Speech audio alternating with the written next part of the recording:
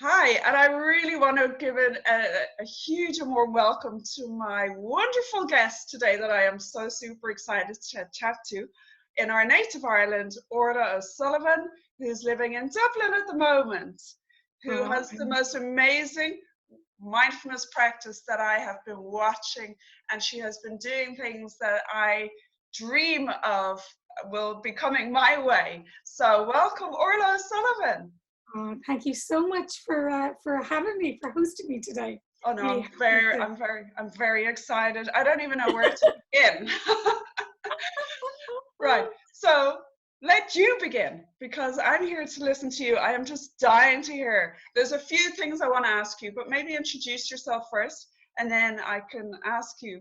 Um, so much to ask that I just have to get on. That sounds good. Great. Well, yeah, my name is Orla. I grew up in Ireland, in Dublin, and now I share the practice of mindfulness full time, and I came to the practice over 20 years ago in the tradition of Thich Nhat Hanh, Plum Village. So I was lucky. I tripped over it early, Yeah. and it made an immediate connection with me. Like made a very practical, sudden difference in my life in terms of my work and my relationships, how I can take care of kind of my habit suffering, my Yeah. anxiety or anger. So it helped me, yeah, really notice how to be able to care for suffering and also how to deliberately nourish happiness and wholesomeness. So Mm. that's something that has just been growing ever since, about how we can kind of be active participants in our sense of well-being and connection, and deliberately nourish our joy and gratitude and wonder. And so yeah, so these days I work with anyone, anywhere, anytime. With lots of volunteer community groups that it's very kind of in my marrow to support grassroots community organizations. Mm.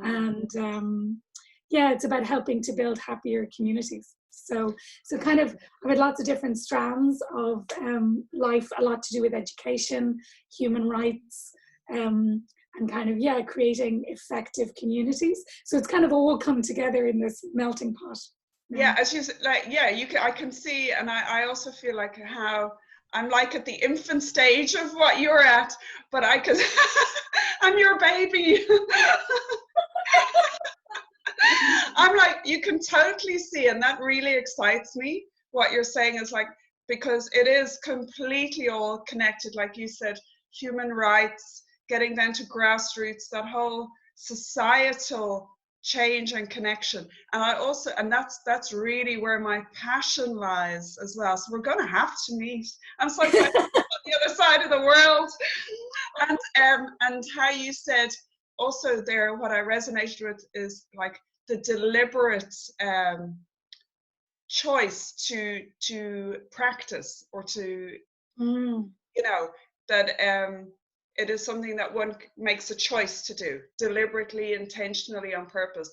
And I love the way your path has unfolded. But tell me, but you said you kind of stumbled upon Thich Nhat Hanh 10 years ago?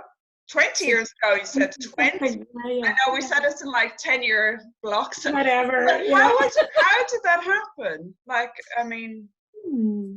So it came. So I guess since I was a child, I was very.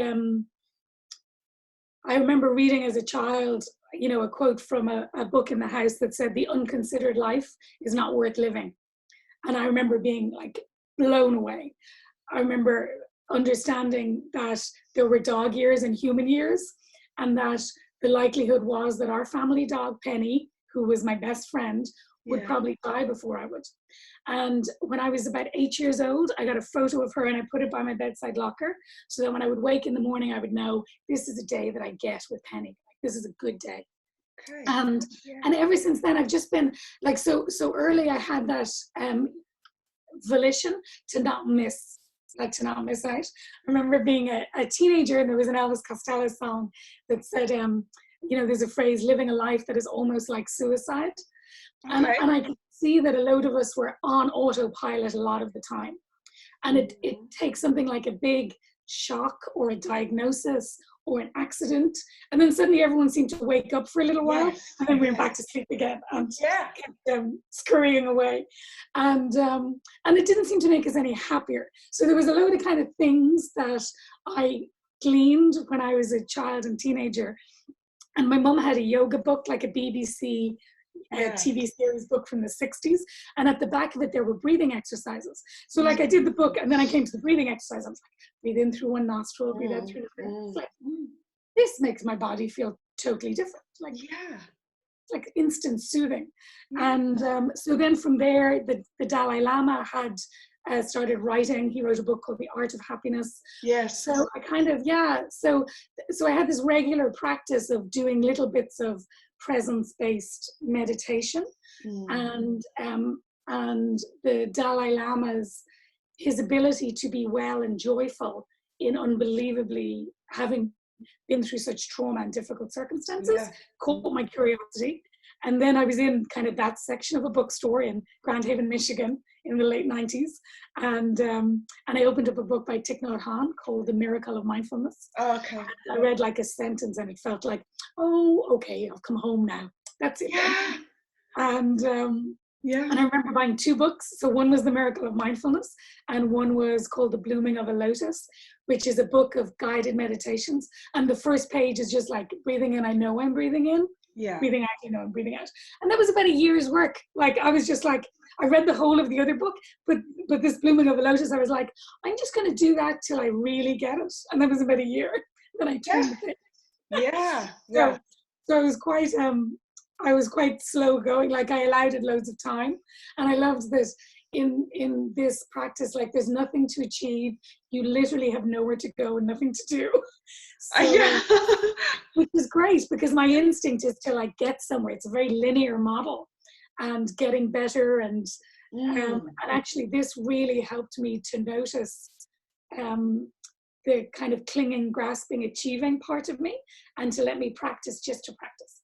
Yeah, you know, that's what, because that's what we're taught is to actively do.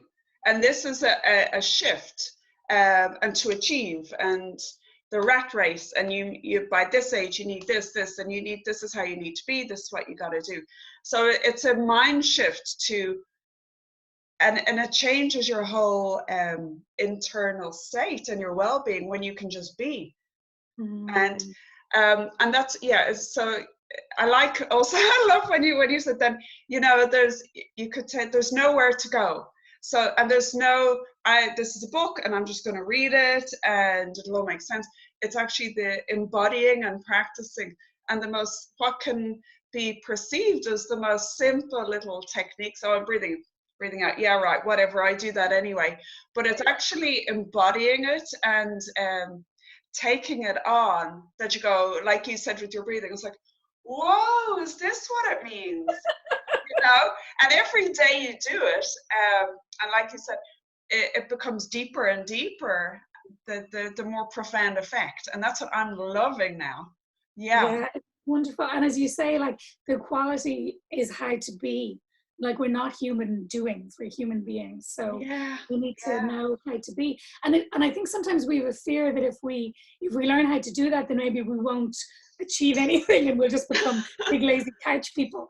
And what tends to happen is that we have the capacity to do even more because our energy is safer and because there's intention and meaning in every action that we do. So we're a little more careful with what we're doing.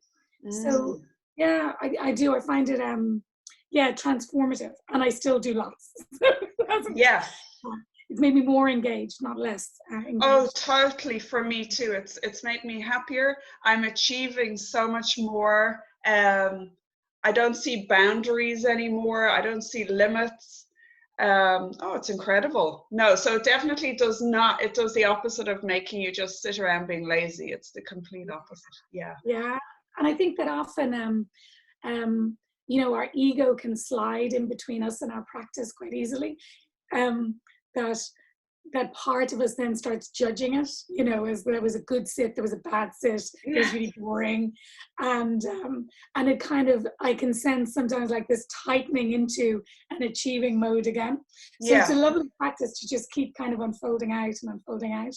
And yeah, and I think a lot of us come to the practice because of personal suffering. So it tends to be quite an inward looking activity at the beginning, and then something softens and you realize that there is no difference, and that, you know, and then we experience a much more profound sense of connection and belonging, and feeling isolated is quite difficult. Like you know, feeling like alone, it's such a delusional state thing to believe. So, No, it's a beautiful journey, and that's why we believe everybody should should practice. Yeah, you know. And for me, because sometimes I'll work with people who go, well, maybe it's easy for you, like maybe you're naturally just a hammock person, but like I think a lot of thoughts, so is it possible for me? So one of the things that I'm really curious about is how to meet people exactly where they are, you know, so that because there are times where we're naturally incredibly mindful, you know. There are times where, like, even like getting into a bath or something, it's almost impossible to do that and not be mindful. There's just so much sensory information that we give ourselves to. Or like the first day of being on a holiday where you get to maybe sit back in a lounger or sit in a cafe and you have this like arrived moment, you know. And that's, go ahead. That's because you've given yourself that permission. You've said, now this is now me just being here without actually realizing what you're doing. This is now allowing myself, first day of my holiday, this is my bath, or like, this is my time, my cup of tea. So we're actually doing it often and knowing how good that feels, but actually not being aware of that being what we're doing. And it's that moment of awareness and a little bit of reflection that I think is what makes it kind of strengthens that muscle in ourselves, that makes it easier to come home again and again. That we need just a little bit of reflection on it to go, how does it feel before I go for a walk or a run or sit for 10 minutes? How do I feel before? And then how do I feel afterwards? And is that more pleasant or less pleasant? Like, has anyone ever regretted going for a run or sitting for 10 minutes, you know? But we just forget that it's a good thing. Yeah, exactly. The reflection, that's really, really good point. And I think it's because our brain is just naturally much more interested in the problems, you know? Our brain is just fascinated with all the ways that this moment is slightly substandard and not exactly the way I want it.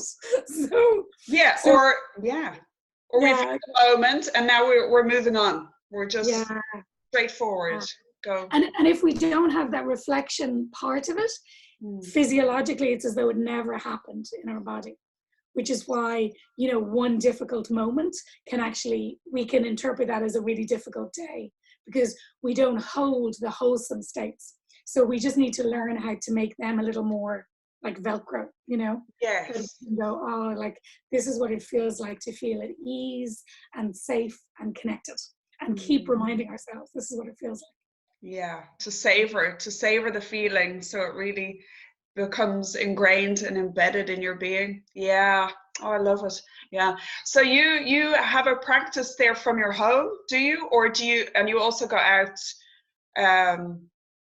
as you, like me, you go wherever you're? Yes, anyone, anywhere, anytime. So I do, so often we have, I guess first I'll start with Sangha, which are community groups.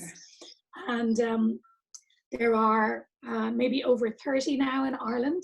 So Sangha is in the tradition of Plum Village. And, you know, a Sangha means a group of friends on the path. So people come together and practice together, just to practice together and nourish understanding and love.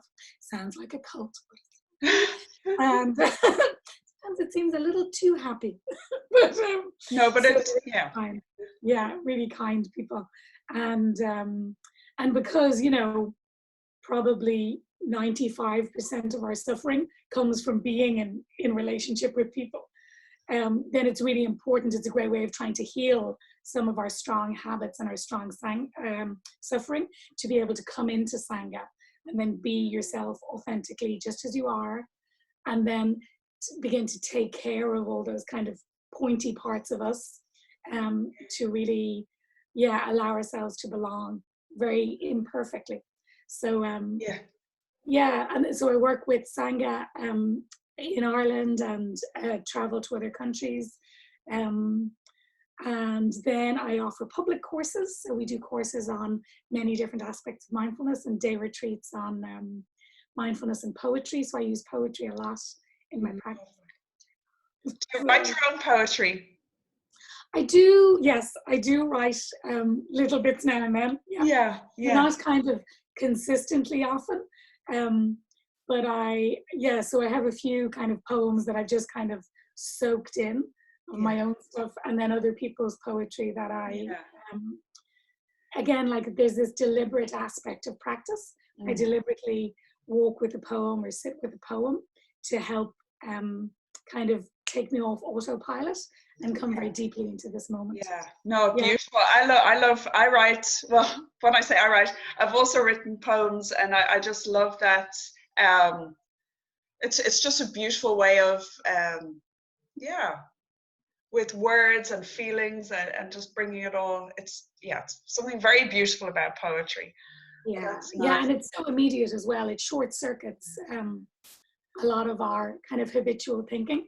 I think a lot of us as kids, there was this memory of loving the playfulness of sound and language and the fun of rhyme, or a great song that we loved when we were a child. And then sometimes in school, it's kind of just taught out of us, that we're sitting there going, what is the theme? Identify the rhyme pattern. Not for fun anymore. So we really kind of de-intellectualize it. So when we practice with poems, we sense that our intellectual mind takes over the first time we're listening to a poem. So we'll receive a poem many times until our intellectual mind goes, I know this, or I don't know this, oh, I'm a bit bored. And then it kind of just gives up, and then you can really soak in the poem. It's actually, it's lovely. I actually read a lot of poems now as well. And because I find that often we've got so much written text, there's so much out there, that like a little poem can get so deep so quickly into what you want, to achieve, say, without having like wads and wads of paperwork to go through, It's so true. It gets deeper quicker. Oh, lovely. I'll have to look out for some of your work. And then, and you've been to Plum Village, and thank you so much for sharing over the new year. You went to Plum Village. You should. I was thinking, So I was thinking, have you forgotten? I haven't. I love reading your posts. So tell us about that trip, please, if you would share. So Plum Village is a mindfulness practice center in the south of France, between Bordeaux and Bergerac. And it was set up by Zen Master Thich Nhat Hanh shortly after he became exiled from Vietnam. So after the end of the Vietnam War. And now it's the largest Buddhist community in the Western world. And you can go and live in a monastery for a week or 2 weeks, or I live there normally for about 2 months a year. I'm in community. And it's a very simple life. So it's not kind of like a Vipassana meditation retreat where you might spend 6 or 8 hours a day on a cushion. We sit for about 45 minutes morning and evening. And then the rest of the day, we're just living mindfully. So the community walks together, prepares food, we listen to Dharma talks, we do deep relaxation, we eat together, we wash our dishes. Like it's not rocket science, but it really helps to strengthen the muscles of monotasking, that we multitask all the time. And this gives you space to, it's a very beautiful environment to be in. So it gives you space to enjoy time in nature, to rest your body, to notice the sheer amount of tension that builds up, to be in community, to share authentically. And I'm international coordinator for one of the Plum Village projects called Wake Up Schools, which is another grassroots organization that is international. And it seeks to realize Thich Nhat Hanh's vision of mindfulness in education. So we work to support anyone involved in kind of the ecosystem of education around the world. So whether you're a school bus driver in the States, and actually we work with one school bus driver in the States, and she's written a poem, which is a poem before she gets on the school bus. So she's written herself a little gatha, which is a little 2-line or 4-line poem, and she will practice before she gets on the bus, so that when she steps on, before she opens the door for the kids, she's really deeply present for them and knows what she's doing and why she's doing it. And it changes everything a little bit. It does. So, yeah, it really does. So we have a retreat usually at New Year's in Plum Village for teachers, and they'll come from maybe, 30 different countries, and everyone comes to practice together for a week. And the retreats are always about embodiment, that often on day one, teachers arrive and they have like a notebook and a pen, and they're ready, learning objectives, outcomes, maybe they've got some funding from their principal to come there. So they're like, I need to have something to take back. Yeah. And we spend day one going, it's okay to put down your notebook. Like, there is nothing that you're going to miss. Like, I promise. So we really spend a few days on just allowing the teacher to really learn to care for themselves. Yeah. The body, to notice how they're feeling, and then to rest. And then slowly and quite slowly, like we really spend a lot of time on embodying. And then we do a little bit of play on learning to share the practice. Because really, of all the things that we teach as teachers, our greatest teaching is our presence. And that's really what children remember. Like, they don't remember quadratic equations. Like, they remember that was a nice teacher who believed in me, who encouraged me when I was feeling I'm never going to be able to do this, who celebrated with me when I had my wins. That's what we remember about how grown-ups treat us. Absolutely.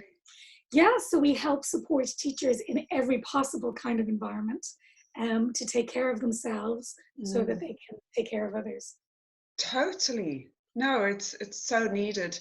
And is that has that work in that capacity been taken on by the education systems, first of all, say in Ireland and elsewhere? So it is, I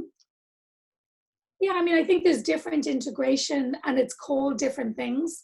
So in Wake Up Schools, we, as with Plum Village practice in general, like, it's a really flexible, adaptive practice, and nothing's trademarked. So it's very interesting. So often, like, we'll work with teachers who will go,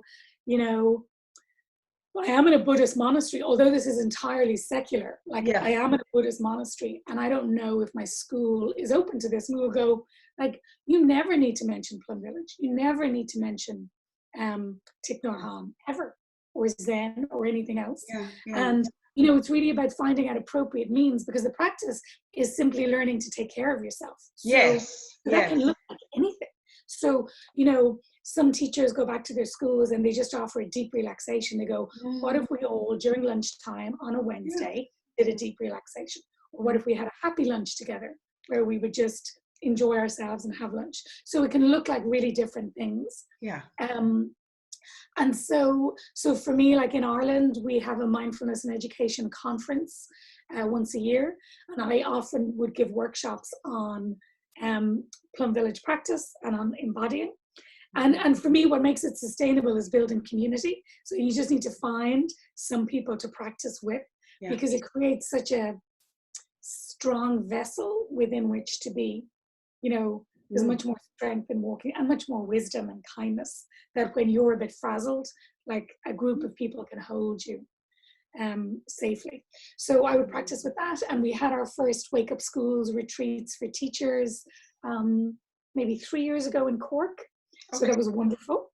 And we try and do teacher days of mindfulness as well, and practice. So I would go into schools regularly and practice with teachers for a session, practice with parents, and then practice with children as well. We Yeah. all kind of learn the same thing, just slightly different words and an approach. Exactly. Adapted.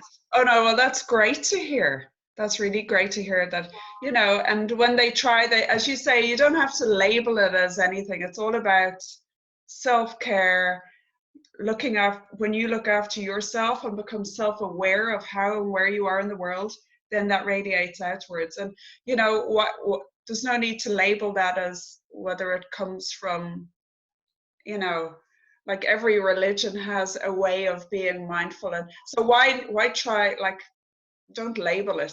Just and I think it can just create separation when we do that. 100%. That every single wisdom tradition has this contemplative strand, which is about drawing in, noticing, and it tends to then have this profound connection with nature and the planet and your people. So it's kind of going in to go outwards. The way, as Thich Nhat Hanh says, the way out is in. So totally. It has going first. And that transcends any religion. So so it's we're all humans, hopefully trying to achieve the same thing. And the more we do this, the better world we will have. Absolutely. I'm going to have to meet up with you. Really, I'm really. Yes. What else? I wanted to ask you. Gosh, yes, this month is. You're like, what's she got? I said, I had read before, and then I realized it was you as well. Gosh, you're in everything, hey? I didn't know you were part of Wake Up Schools. That's great. The World Happiness Festival. Yes. Yay. Yes. Oh, I love this. So, there is, the United Nations has an International Day of Happiness each year on the 20th of March. And so a number of years ago, the United Nations unanimously resolved that happiness was a human right. And I don't mean kind of like rictus grin, isn't it great? But just that our ability to be well and to thrive was a human right. And so they established this day to raise awareness about the kind of ingredients of what makes a happy life. Because we know that, we often imagine that if I had this particular thing, I'd be happy, or if like this job or this fame or this amount of money or this body or this partner, like there are lots of things that we imagine if I had all that, I'd definitely be happy. And it's never true. Ever, ever, ever. And we spend most of our time searching after this stuff in the hope that it'll just make us feel better. Yeah. And the research shows that, that can influence our sense of happiness, like maybe 12% to 15%. And we know that there are people who have very little who are really happy, and people who have a lot who commit suicide because they feel such despair. So we need a different paradigm of figuring out what makes a happy life or a successful life in that way. So last year we had our first World Happiness Festival, which is a week devoted to exploring and celebrating all the different ingredients of our well-being. And there's an online strand which curates interesting conversations with interesting people around the world. And then there's a ton of local stuff that happens. So there's kind of a main stage, which last year was in Costa Rica. This year it's in Madrid. Yeah. And then there's loads of local things that happen. So in Ireland, with my little local hat on, we are having over 30 happiness hubs. So we developed a happiness hub pack, which are 10 like research-backed proven exercises that when we do them regularly, they strengthen our muscles of happiness. So the ability to connect, the ability to take care of yourself, take care of a difficult emotion, to deliberately embody a sense of joy or like surprise or wonder or connection. And any place can be a happiness hub. So family home, school classroom, therapy clinic, yoga class, anything can be a happiness hub. So people sign up and we have a little interactive map where you can see the little hubs around Ireland, including one in Qatar, because, the diaspora, Ireland is not physically bound necessarily. So we have a teacher in Qatar who is creating a happiness hub with her classroom. And yeah, so it's wonderful because it means that people can self-create according to what's appropriate for their environment. Yeah. So like libraries in Dublin, many of them are becoming happiness hubs. And it means that if a school group is coming in, they can do the practice. Or if you're just in there and as an adult on your own, you can go, oh, maybe I'll do a little relaxation or a little self-guided practice on this. So it's really letting us explore and have curiosity about what makes us tick. Yeah. No, well, yeah. Well, that's why I've called my what do you call it, business now is Inner Happy, because that's what mindfulness has given me. So I must talk to you more about this. I'd be very interested to join you in that. When you talk about this so it's for the week, I know from next week, and I've signed up online. So it's when you say this is, so I know there's amazing speakers, and you are one of them in there. There's some really, really great people, so I'll definitely be tuning in. When you are creating mindful or happiness hubs around, is that like just for the week, or is it this venue becomes a happiness hub? Yeah, so one of my first questions and my favorite question is, can I always be a happiness hub? Yeah. So and because there's a few things, because the World Happiness Festival happens during Ireland's noisiest week, in terms of it's our St. Patrick's Festival as well. So when we were working together on this last year, I was saying, this is a very noisy week. So unless the festival adopts us, we should expand it for Ireland to be any time in March, so that there's no pressure on having to deliver something during that particular week. Yes. So we're gathering people's experiences during March, but you can be a happiness hub forever. Like that's absolutely fine. Yeah. So it really gives people a little space for creativity and innovation through March. And then yes, as you say, then there's an online strand as well. So with my Wake Up Schools hat on, yes, we have been having some great conversations with different educators and really pioneers in terms of education and how we envisage what a community can be. So one of the two teachers, actually there were two teachers who I got to speak with, Havin Tho, who is a man who co-established the Gross National Happiness Program in Bhutan.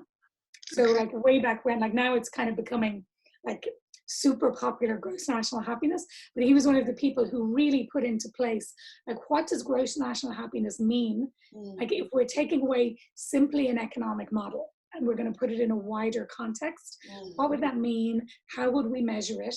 How would we encourage it? So he is he's also a teacher in the Plum Village tradition, and he works a lot in Switzerland and Vietnam on helping to create happy schools and support happy teachers.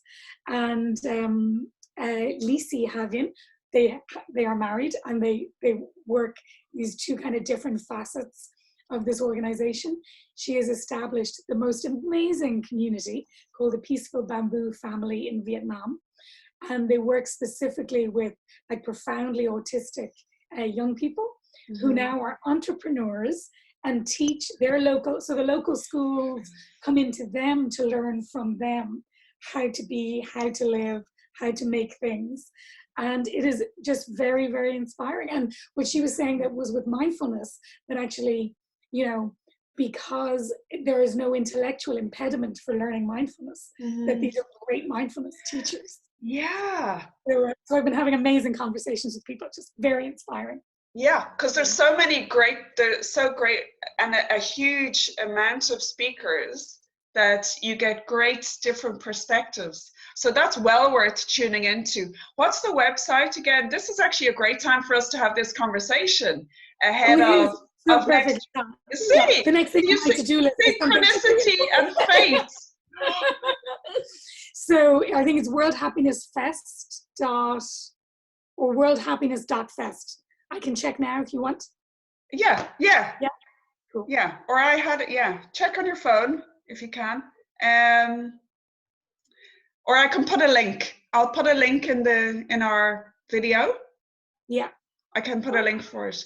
And that's going to be really good. Yeah. And it's free to stream for the whole week. Yeah. So no financial barriers at all. Yeah. Yeah. And it's also, yeah, it's shifting that perception of what happiness is, you know. But I think anybody who has lived any length of time can actually, if they think about it, they see that materialism is short-lived happiness, that if you want true lasting inner happiness, that there's the other ways to go, which is what this is encompassing, you know, this whole thing next week. Yeah, and it's like it's in so many across the world. We've been having Zoom calls for about a year on this, and it's amazing to connect with speakers from all around the world doing so many different things. Like some people come through yoga, through mindfulness, they're working with technology and figuring out how we can reduce, you know, we know that our brains are easily addicted and that we get a little dopamine hit every time our phone pings. So how can we use technology for our good without it being in control of us? There's so many different approaches to take to help strengthen our own well-being, and there's a lot about building community as well, which I love. Oh, I love that too. Oh, that's great. Oh gosh, well, I'll definitely be tuning in. Yeah, and also we were due to be in Plum Village for the World Happiness Festival. Okay. So we had an Irish week in Plum Village a couple of years back. Okay. Where maybe 80 of us traveled over together and spent a week living mindfully together. And because in Ireland, when we organize retreats and weekends for the community, you know, it's a smallish number of people holding a lot. So we had thought, if we could just get to Plum Village, like they can take care of us and we don't need to organize anything. Great. So we were due to go over on this Friday.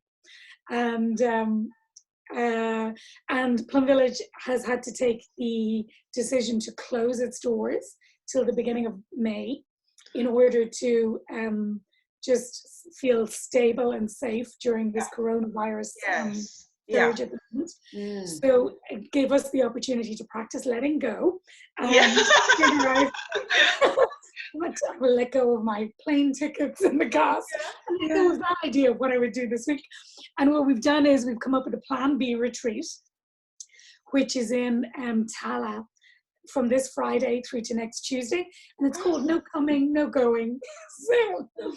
So a group of us, so we'll have 4 days of mindful living together with sitting, deep relaxation, walking, eating together, sharing.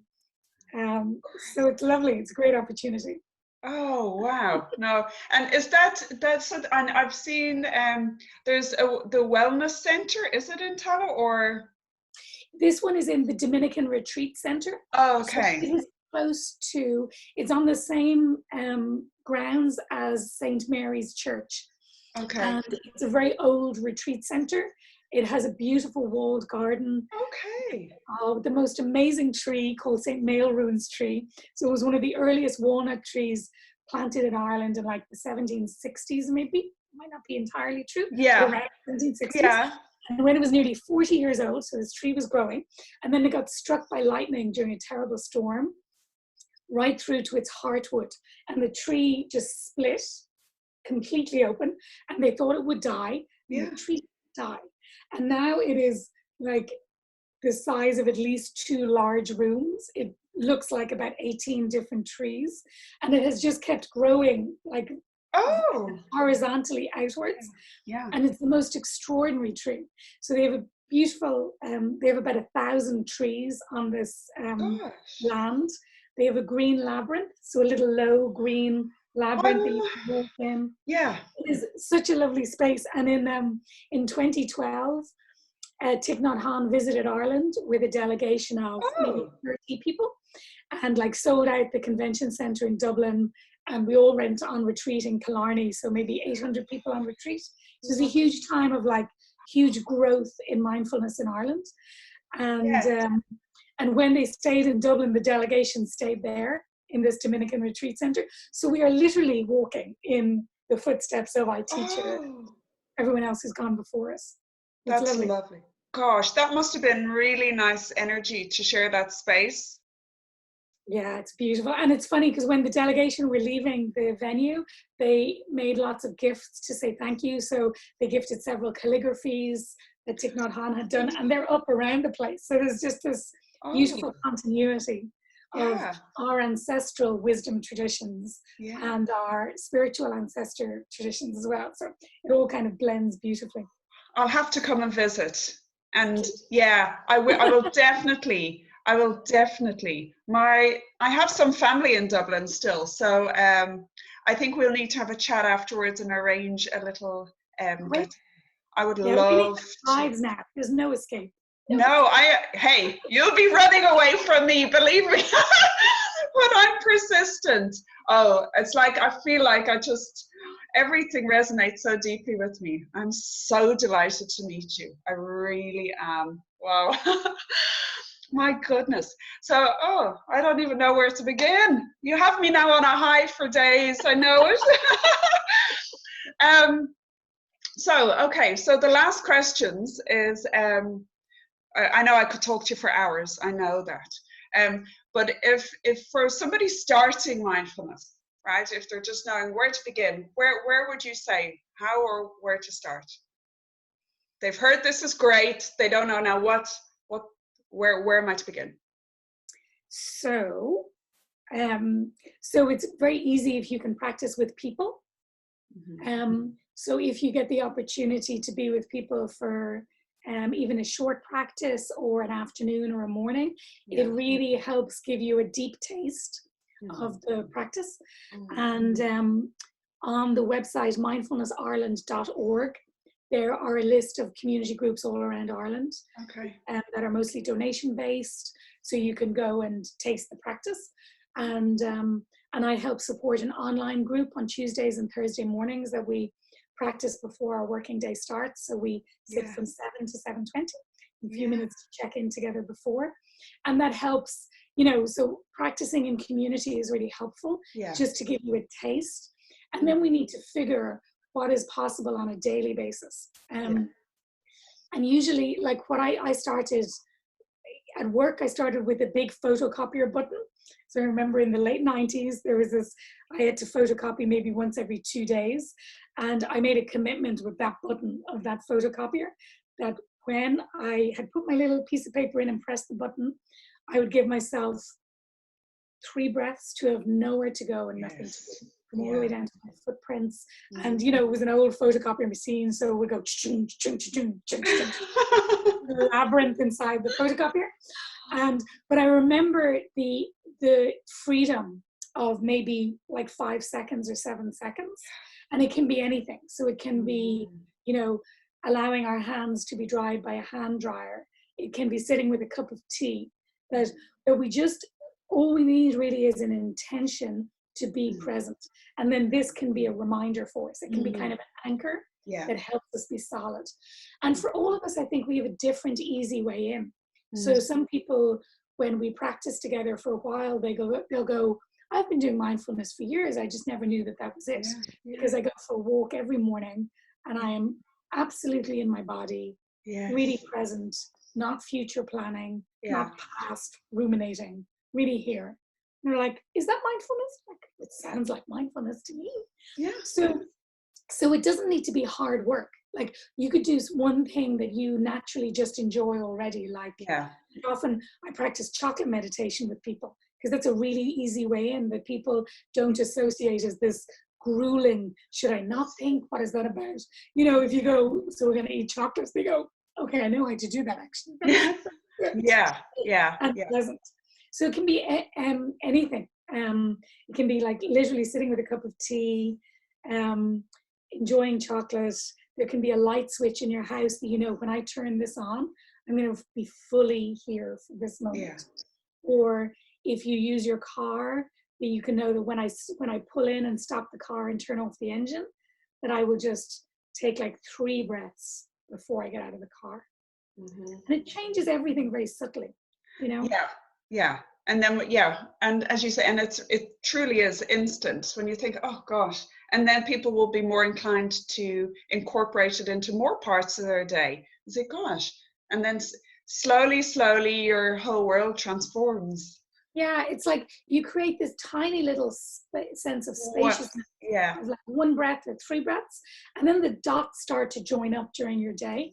And then when I think we become kind of used to really being in our body just as we are, then you might think, oh, actually, I might try like loving kindness meditation, or I might try just sitting for 1 minute or 5 minutes.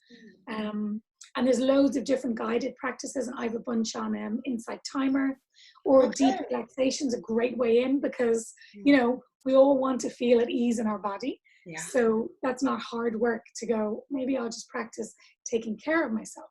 Yeah. So yeah, like we can kind of learn to, as we learn to trust our practice, then we can explore a little bit more and feel that it's okay. And it doesn't need to be like, I feel that often when we start practicing, it taps into the fundamentalist in us. You know, we go, that's it. I'm going to decorate the spare bedroom. I've bought 20 books, a biodynamic cotton cushion, and like, that's just shopping and decorating. Like, that's not actually doing anything. Yeah, because I would rather. Yeah, because you can close the door to the second room and never go near it again. So I like practice where I have to trip over it. Like I practiced 1 year with my kettle on switch, which is great. And I just made a commitment. You and me, little switch. When I press you, I'm going to be really here. Yeah. And you know, I have tea several times a day, so it was great. I'm the exact same. It's definitely the Irish thing, but I drink a lot more tea than that, I tell you, if I'm home, and I always use that moment. So yeah, anchoring it to something you already do. Yeah, so then a little bit, and then we learn to trust it and ourselves a little bit, and then we can try something a bit longer. Because when we're in that kind of fundamentalist mode, if we miss a 10-minute sit one morning, we can be really disheartened and really hard on ourselves and go, well, that's just useless now. You know, it's like people are dieting and they have one biscuit and then they go, well, now I might as well eat the entire packet. Like now that I've eaten one, and like one does not follow the other. Like having a biscuit is not the same. That's no, exactly. Yeah. So we can be, so when we learn how to be a friend to ourselves, then we simply encourage ourselves on the path without it causing guilt. Like, you know, we do what we're able to do. So anything that we do, anytime we come home is amazing. It's amazing. And our average attention span is about 8 seconds these days. It's very low. Goldfish outperform us. It's bonkers. And Yeah. So we're actually up against, and we've never learned to train our mind. So we're told to pay attention quite a lot, but we're not really taught how do we pay attention? What happens when I get distracted, or I'm tired, or I'm hungry, or I'm really bored? Like, what happens when I'm doing a piece of work when I really want to be doing something else? How do I stay in there? So, you know, this is not some effortless thing that we're talking about. It takes a little rigor, and it really takes kindness, so that we can stay. And every time we get distracted, and when we notice, like, that's amazing. Just bring ourselves back really kindly. Non-judgmental and with compassion. And when you think of in school, growing up, sit down, calm down, pay attention. I'm like, how? How am I don't know how to do that, Absolutely. And like, even grown-ups don't know how to do that either. So it's highly ironic, a grown-up saying that to people. So sometimes sitting is not appropriate. So we do a lot of walking meditation and movement, which can be much more appropriate, especially if we're feeling a lot of anger, a lot of worry. Like sometimes sitting still is brutal, like really harsh. So we need to know how to not make ourselves a war zone. Like the practice should be kindness and gift, even when it's poignant and tender, and you know brings up our old suffering. Like we just need to know how to be a very safe place to come home to. You know? And that's also very individual. So it's about no one thing fits all, to try different things and whatever, because we've all been through very different things. We're made up differently. So There's no one way. And that's, yeah, that would be another thing is, you know, and when you're going to somebody for it, say, or a group, it's, you know, we find different people resonate with us, different mentors. Voices. Yeah. Yeah. Don't It's so just, important. yeah. Yeah. There And is it's something not for just, everyone. yeah. It's why there's nothing really to believe in, which is the good thing about it. Like there's nothing for you to believe in. Yeah. This is like a little self-experiment that you're doing of like Yes. inquiry. This makes me feel better. This makes me feel worse. Yes. This works for me. For some people, like having soft music on is brilliant. For some people, guided meditation is brilliant. Some people love silence. Some people love getting outdoors. Some people love like 10 minutes every single day. And for some people, it's going to be 1 hour on a Saturday morning that I give to myself. So like you do you. It's perfect. You like, do you, and don't judge you if you're not, if it's not going the way you want. Don't judge you, and be kind to you, and give you a big hug. Give you what you need, and that's Yeah, it's funny. I was thinking about this morning in terms of touch. That you know, at the moment, when I'm in town, like I can see that people are very aware of their bodies in a very different way because of coronavirus. Oh yeah, and they're aware of touching or not touching. Yeah. So human beings, like we need touch to be well. So if it's not possible for you to be in contact with other people, like you need to keep yourself safe, but like hold your hand or you a little bit. So to know, because your body is always listening. Like your body's, so if you tell your body you are really safe, like I'm here with you, your body believes that straight away. Like we're human animals. So take good care of yourself at this moment where we're being given advice to isolate ourselves. Yeah. Definitely, yes. And give yourself that, be your own best friend and give yourself what you need in a compassionate, kind way. Yeah. That's lovely. Yeah. And I'd say with the practice, often when we come to it, we put our really serious hats on, you know, I'm going to do this every day and I'm going to sort out my anxiety issue this year and I'm going to do this. And we can treat ourselves a bit like a big self-help project. And, you know, we're not a self-help project. Like this is just our life. It's a little messy. We hold off a little bit. We're contradictory and that's fine. Like this is just our life. Yeah. So there's nothing to be fixed so much. What we're interested in is helping to take care of our suffering and nourish our joy. So don't forget to play. Don't forget to feel joy and wonder and excitement and you know, the real kind of that effervescent energy that we felt much more naturally when we were kids. Really important to keep that fresh. And that's what you exude, Orla. I'm like, I'm gonna have to look in that diary and get hold of you. Tell me, because it's the clock is ticking, but I'll stop our recording, and I want to thank you so much for joining me, and I'll put all your links of your work and everything and where people can find you in below the video. Okay. Thank you, Orla. Thank you so much. What a joy. I know it is. 11th is break for me. I know.